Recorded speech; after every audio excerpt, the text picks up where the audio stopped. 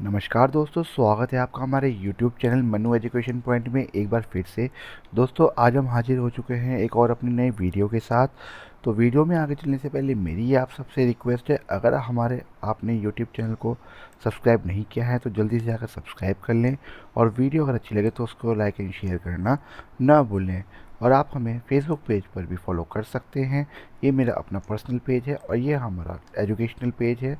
जैसा कि मैंने आपको बताया दोस्तों, आज हम एक नए टॉपिक के बारे में पढ़ने वाले हैं जिसका नाम है हमारा सॉफ्टवेयर रिक्वायरमेंट स्पेसिफिकेशन, जिसे हम एसआरएस भी बोलते हैं शॉर्ट में, जो कि हमारा सॉफ्टवेयर इंजीनियरिंग का ही एक पार्ट है। इससे पहले हमने पढ़ा था स्पाइरल मॉडल के बारे में। तो अगर आपने वीडियो नहीं देखी तो ऊपर आई बटन पर आपको उसका लिंक मिल जाएगा, आप जाकर देख सकते हैं। इससे पहले हमने आपको सारे मॉडल्स के बारे में हमने एक्सप्लेन किया हुआ है। अब हम आते हैं हमारे नए टॉपिक पर जिसका नाम है सॉफ्टवेयर रिक्वायरमेंट स्पेसिफिकेशन, जिसको हम एसआरएस भी बोलते हैं। दोस्तों, एग्ज़ाम में आपका ये क्वेश्चन ज़रूर आता है कि व्हाट इज़ एसआरएस, और इसको आपको एक्सप्लेन करने के लिए आता है तो आप इसको एक्सप्लेन कैसे करेंगे। सबसे पहला पॉइंट हमारा जो होता है वो होता है हमारा कि एसआरएस होता क्या है। SRS stands for software requirement specification, मतलब जो कि हमारी रिक्वायरमेंट होती है किसी सॉफ्टवेयर को बनाने के लिए, उसकी रिक्वायरमेंट को हम बोलते हैं एसआरएस। ठीक है। It is a document prepared by business analyst और सिस्टम एनालिस्ट, मतलब जो भी ये डॉक्यूमेंट होता है या तो ये बिजनेस एनालिस्ट प्रिपेयर करता है या फिर सिस्टम एनालिस्ट। ठीक है।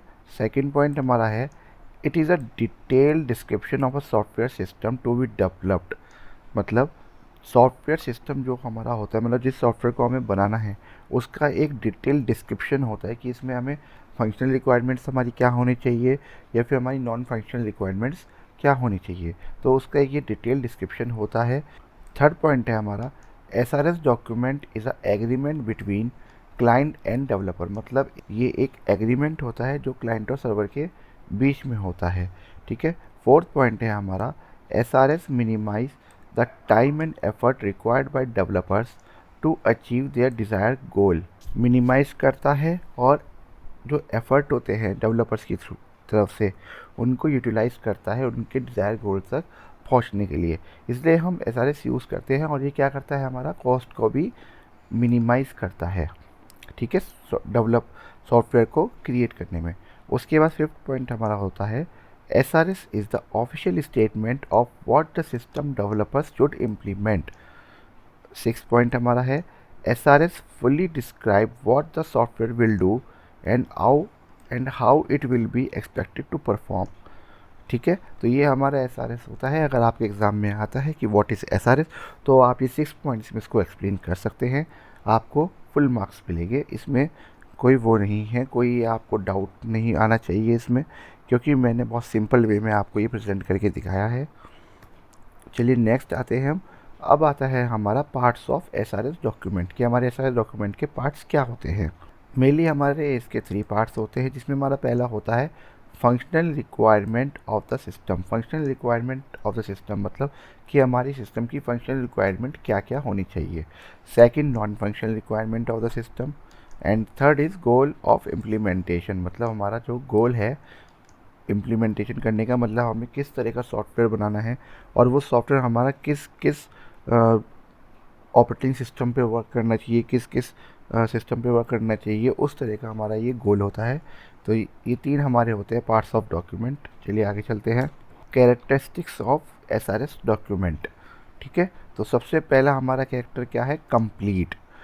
ठीक है। कंप्लीट में क्या आता है हमारा, the SRS document must be complete by taking all the requirements to related to software development, मतलब हमारे पास सॉफ्टवेयर को डेवलप करने के लिए उस सॉफ्टवेयर की सारी रिक्वायरमेंट हमारे पास होनी चाहिए। ऐसा नहीं है कि हमारे पास साइड रिक्वायरमेंट्स नहीं है और हम सॉफ्टवेयर डेवलप करने के लिए आगे चलें। ठीक है। तो सबसे पहला पॉइंट हमारा है कंप्लीट। सेकंड हमारा आता है कंसिस्टेंट।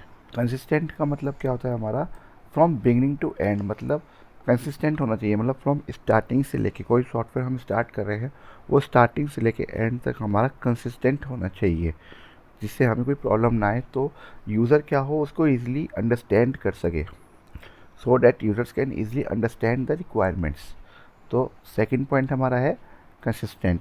थर्ड हमारा आता है feasibility. Feasibility means all the requirements included in SRS, जितने भी रिक्वायरमेंट्स है जो हमारी SRS डॉक्यूमेंट में इंक्लूडेड है वो फिजिबल होने चाहिए इम्प्लीमेंट करने के लिए। ठीक है। फोर्थ हमारा होता है मॉडिफाई।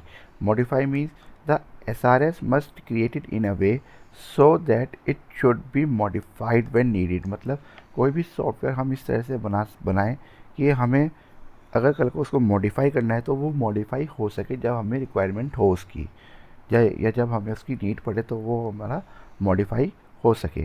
फिफ्थ पॉइंट हमारा होता है टेस्टेबल। मीन्स मॉड्यूल और सॉफ्टवेयर मस्ट बी टेस्टेबल। मतलब जो भी हमारा मॉड्यूल है उस सॉफ्टवेयर का या सॉफ्टवेयर है वो सबसे पहले टेस्ट होना बहुत कंपलसरी है। उसके बाद हमारा सिक्स पॉइंट आता है। सिक्स पॉइंट हमारा होता है correct. Means every requirement given in SRS is a requirement of the software. ठीक है। सेवन्थ हमारा होता है वेरीफाइएबल।